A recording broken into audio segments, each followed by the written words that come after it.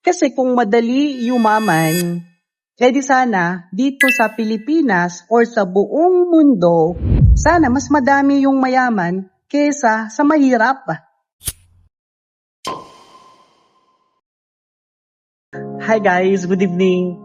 Meron po akong kwento sa inyo na kanina habang nag-scroll ako sa Facebook, meron akong napanood sa Facebook Reels na isang networker na nagsasabi na madali daw yumaman. Diba? So, etong tao na to, nakita ko naman na may sasakyan, diba? So, tapos meron din siyang bahay na nabili daw sa kanyang kumpanya at kumikita daw siya ng malaki kasi pinapakita niya yung cheque na kumikita daw siya ng 6 digits. Diba? Sabi niya na madali daw yumaman. So, actually, sobrang hindi ako agree sa kanyang sinasabi. Bakit?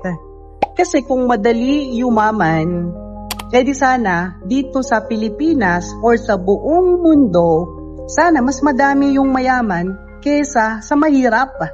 Tama po ba? Pero hindi eh. Mas madami ang mahirap sa buong mundo compare sa mayaman. Kaya yun ang nagpapatunay na hindi madali yumaman. Tama po ba? Sigurado ako itong tao na to, itong networker na to, bago niya nakuha yung sasakyan na dinadrive niya, yung pinapakita niyang resulta sa social media, sigurado ako na maraming buwan or years siyang na-encounter na mga struggle, mga challenges at problema sa buhay niya. Diba? Sigurado ako na maraming beses niyang naisipan na mag-quit, na sumuko sa pangarap niya. Tama? So, ako din naman eh. I'm doing network marketing for the past 1 decade na at masasabi ko na sobrang hirap ng pinagdaanan kong proseso bago ako makarating kung nasaan man ako ngayon. Pero guys, I'm not saying na I am successful sa network marketing. I'm trying to say na hindi po madali kumita at yumaman sa kahit anong negosyo.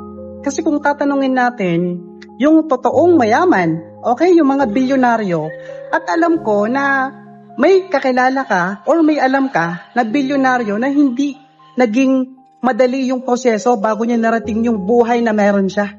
Tama po ba?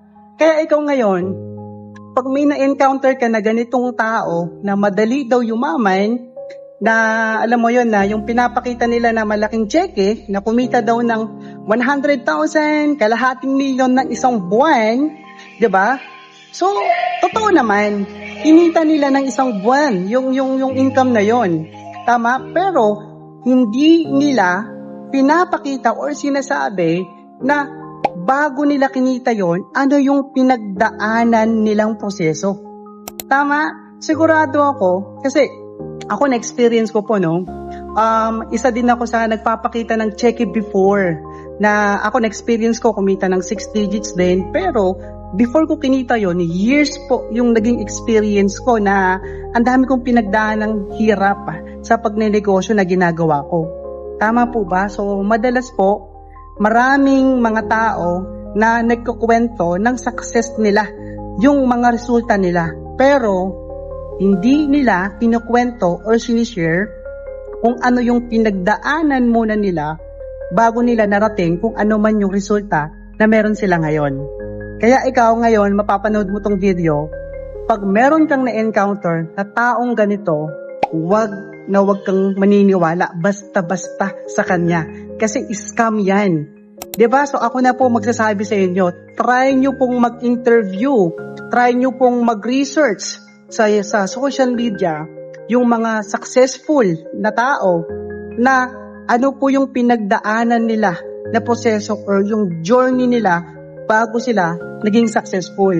Kaya marami po sa panahon ngayon na akala nila porke nag-network marketing sila or nag-traditional business sila, agad-agad silang yayaman, agad-agad nilang makukuha kung ano man yung pangarap nila. So, ako na po yung magsasabi sa inyo, based on my experience at experience ng mga taong kakilala ko na talagang successful at talagang mayaman, na marami silang pinagdaanan na challenges, struggle, problem bago nila narating yung success na meron sila. So, yun lang. Gusto ko lang ikwento sa inyo para at least may idea ka the moment na meron kang narinig sa social media or nag-decide ka magnegosyo. Okay? Para alam mo yung magiging expectation mo the moment na sisimulan mo magnegosyo at aabutin mo yung pangarap mo sa buhay. So, yun lang. See you again sa next video. Bye-bye.